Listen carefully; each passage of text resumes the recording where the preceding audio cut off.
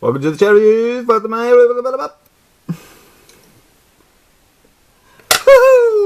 Hello. Welcome to the chair reviews. It has been 3 weeks. Would you believe it? Would you Adam and Eve it? Oh, I haven't done the song. Welcome to the chair reviews.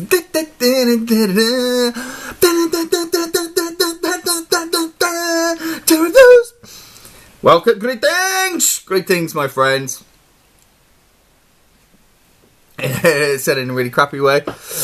Greetings to you all, thanks for coming along. It's been 3 weeks. This week I'm out of practice a little bit. It's been 3 weeks. What have you been up to? I had a nice birthday. Thank you very much for asking. Really, really good fun. But I'm back.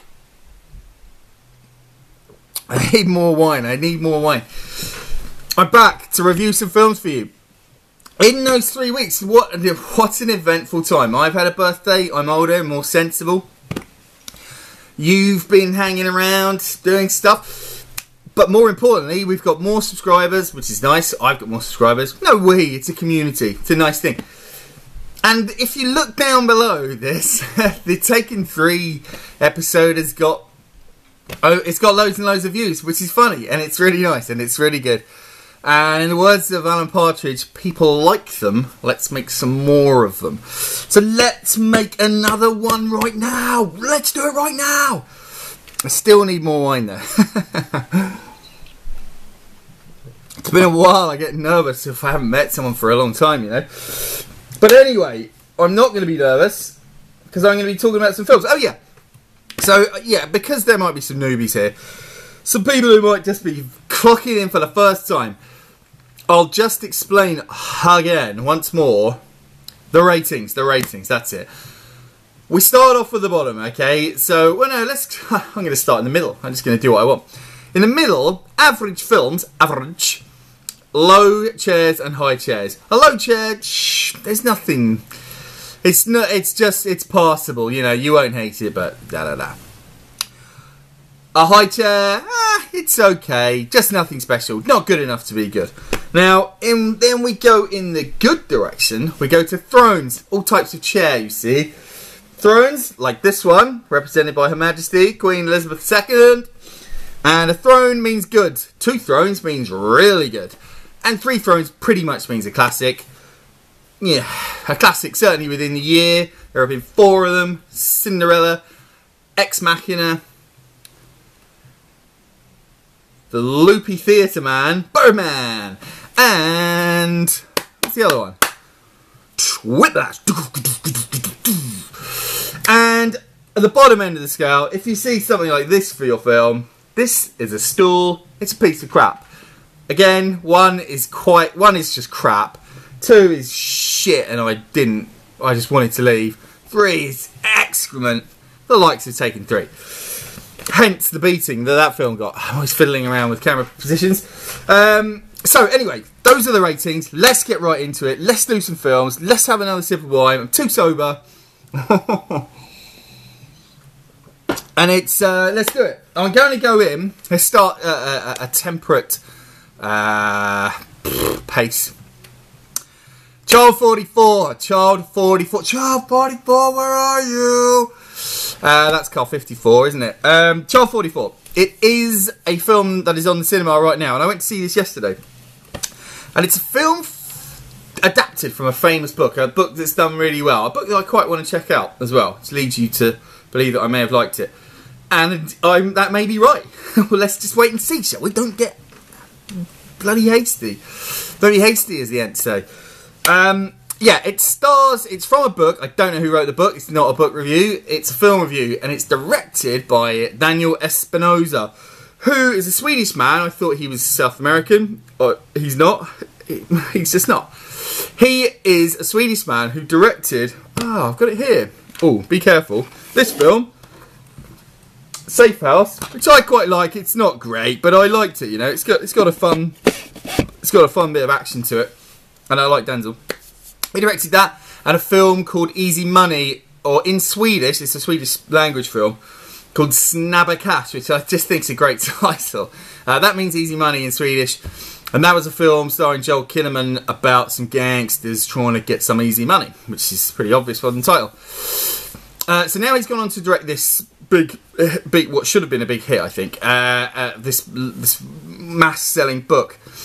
He's taken Joel Kinnaman, the star of Snabber Cash, into this, placed him as a antagonist, and it really stars Tom Hardy as the protagonist in Stalinist Russia in 1953.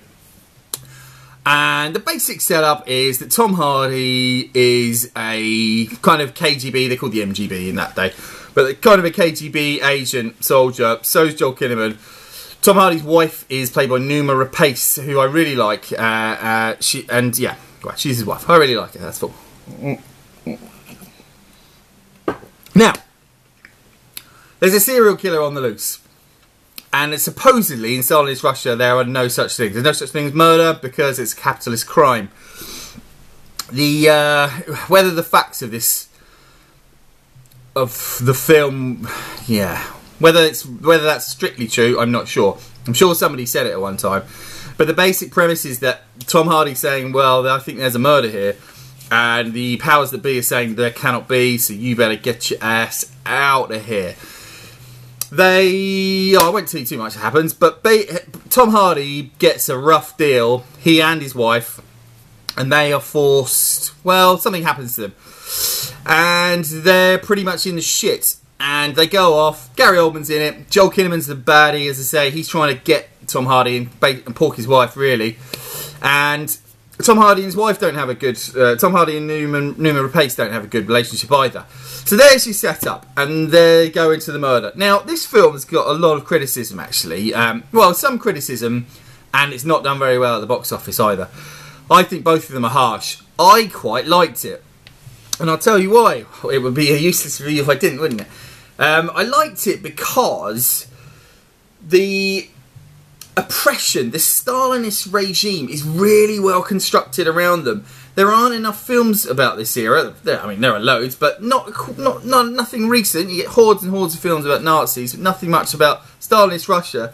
A brutal, bastard regime, and you can really feel the oppression, the scum, that the general public are terrified, including his wife, of him. There's some really good relationship developments along that basis. So, and just some really nice production design. The production design is very, very, very good. You know, you've got the big old cast iron trains with the red star on the front. And some really, really good work at the countryside. Good work setting up the towns. And I just enjoyed the atmosphere. It took me back to when I was in Stalinist Russia. It was really, really good fun. But it's not fun. It's grimy. It's the proletariat. You know, it's the gits in uniforms.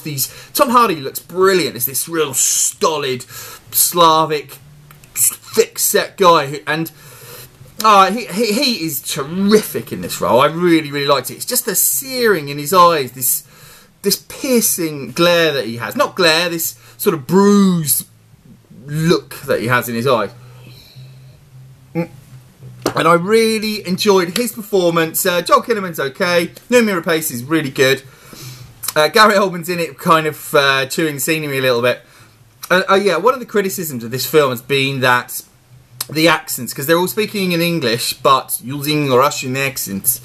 But they never get that bad. I think they've done really well with the accents. Tom Hardy's probably the most apparent, because Numa Rapace and Joel Kinnaman are Swedish anyway, so they've got a kind of European thing going there anyway. So Tom Hardy stands out a little bit more, but it's only in a couple of scenes where he really drifts into a little bit, no, don't do this, and missing out some words that you probably would just say if you're doing it, speaking in English with a Russian accent. But it's really, I enjoyed it a lot. Much more than the critics had me believe, and much more than the box office. It does fall down a bit. As I say, the story is that he's trying to find the serial killer, and the way that marries up with the story of him and his wife and him versus Joel Kinnaman don't marry up very well. The murder is kind of by the by, and I was pretty happy with that. I was much more interested in the levels of bureaucracy in Russia and all this stinking pit of hell that that was allowed to continue. I was much more interested in that than a murder, really, than a serial killer.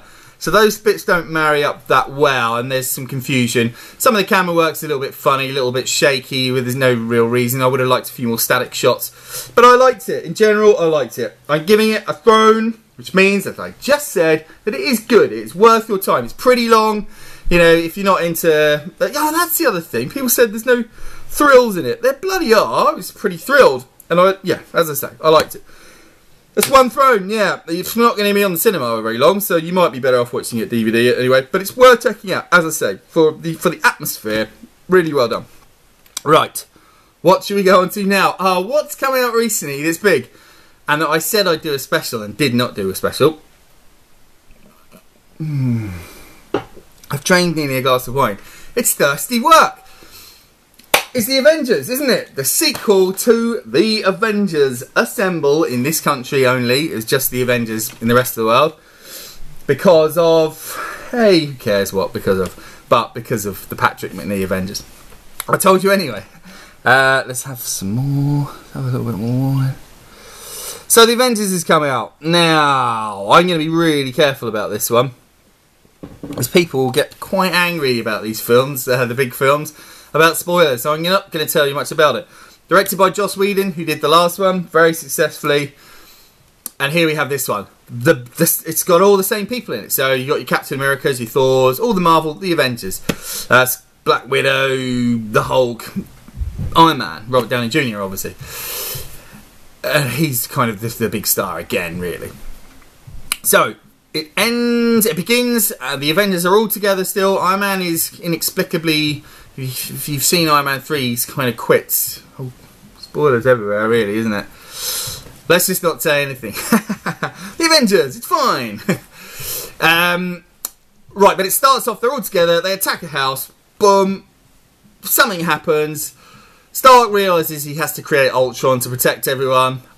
Ultron doesn't see it that way, and he says, I'm going to get you then. And there's your story, man. That's it, man and women. There's your story. There's obviously more to it than that, character developments, etc. But I'm not going to talk about those. What I'll say then, in that case, restricted as I am, I feel, is that it's good. The good news is that it's good. The bad news is it's not the elusive classic Marvel that I thought it might be from the first trailer. It's not as good as some of the other Marvel films, really.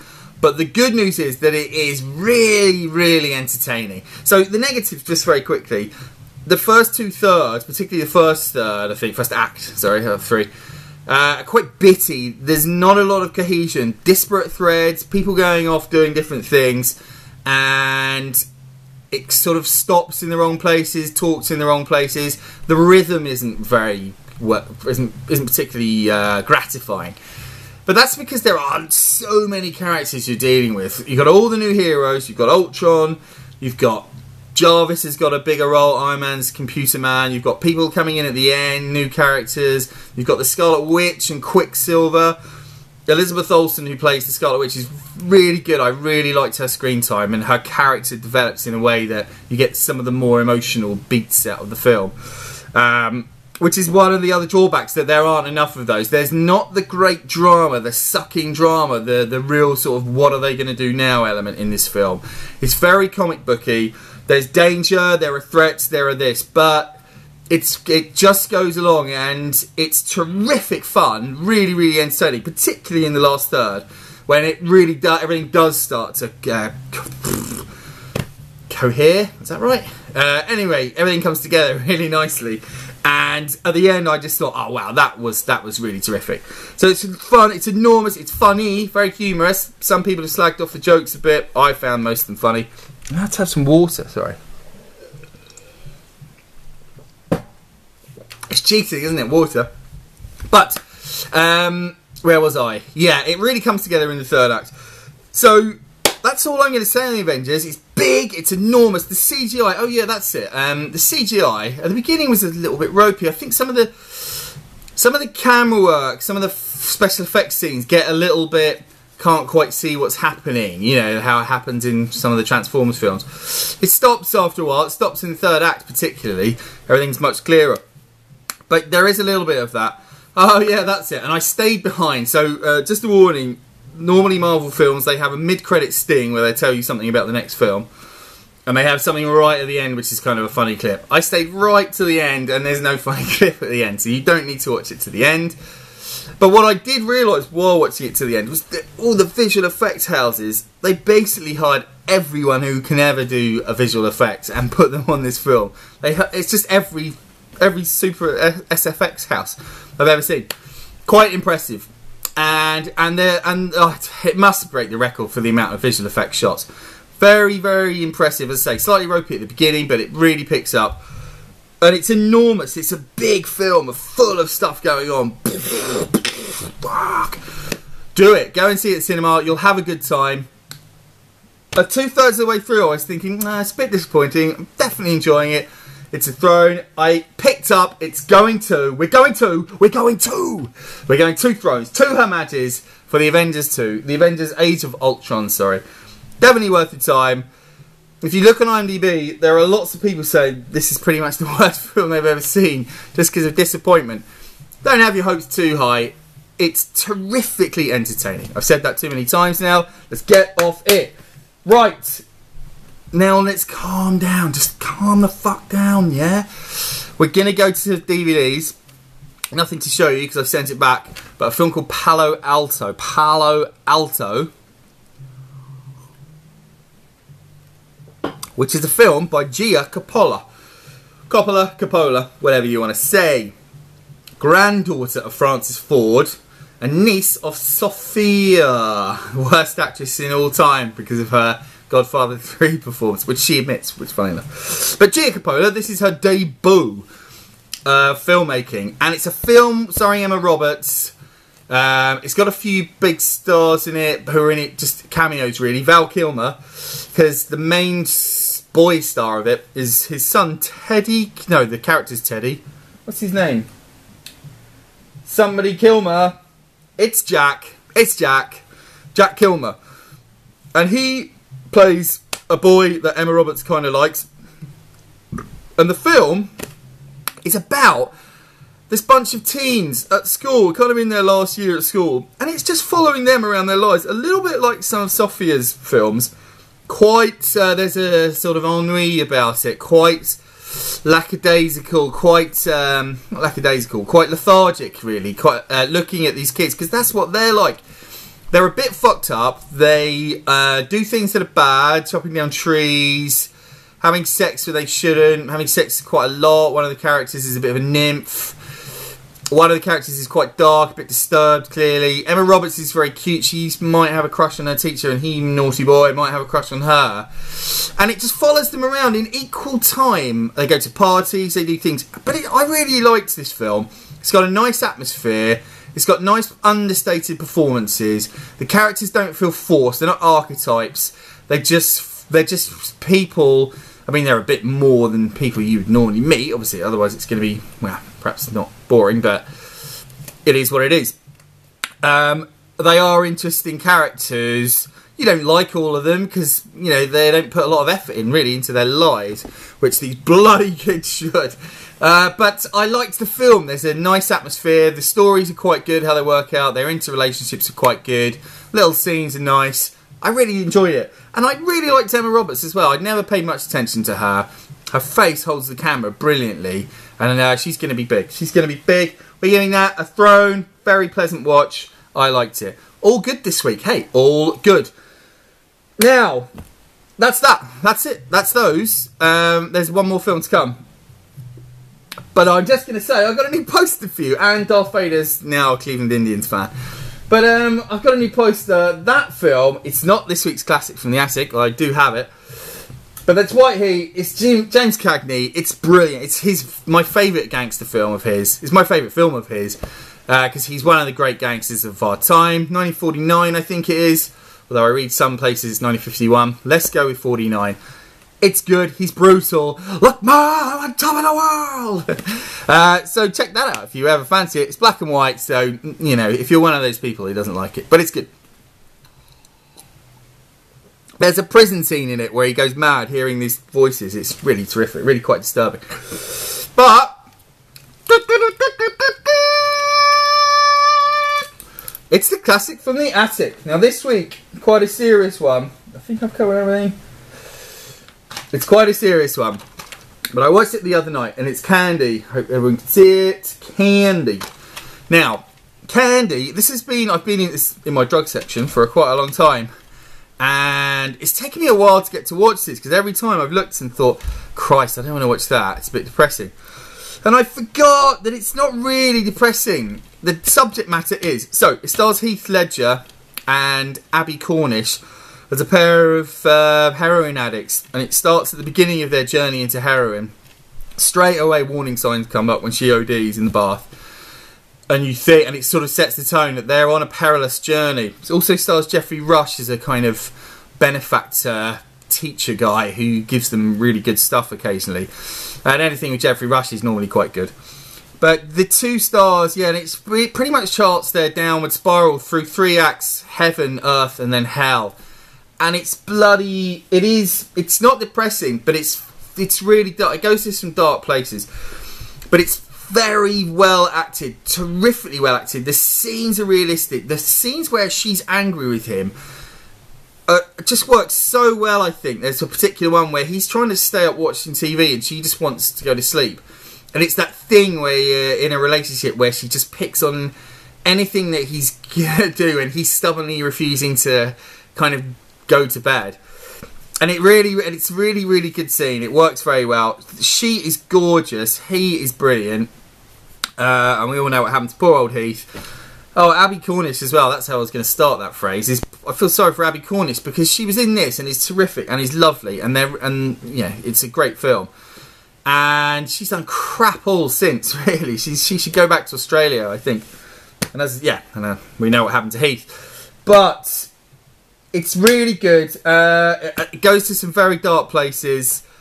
If you've got a thing about pregnancy, don't watch it. Or if you're pregnant now, don't watch it. It's particularly if you're jacking up heroin. But it's disturbing, but it's poetic. It's beautifully filmed, beautifully acted, just the right length. Heartbreaking, but poetic and beautiful. That's Candy. That's the classic. That's all I've got for you. That's all I've got. But it's a welcome return, I think. It's a welcome return. Here we are back. We're back in the saddle. Next week we've got a couple of softies, actually. So I'll try and beef it up with some action films from here or from Love Film. But I will see you soon. I'll see you next week. Yay! Bye-bye.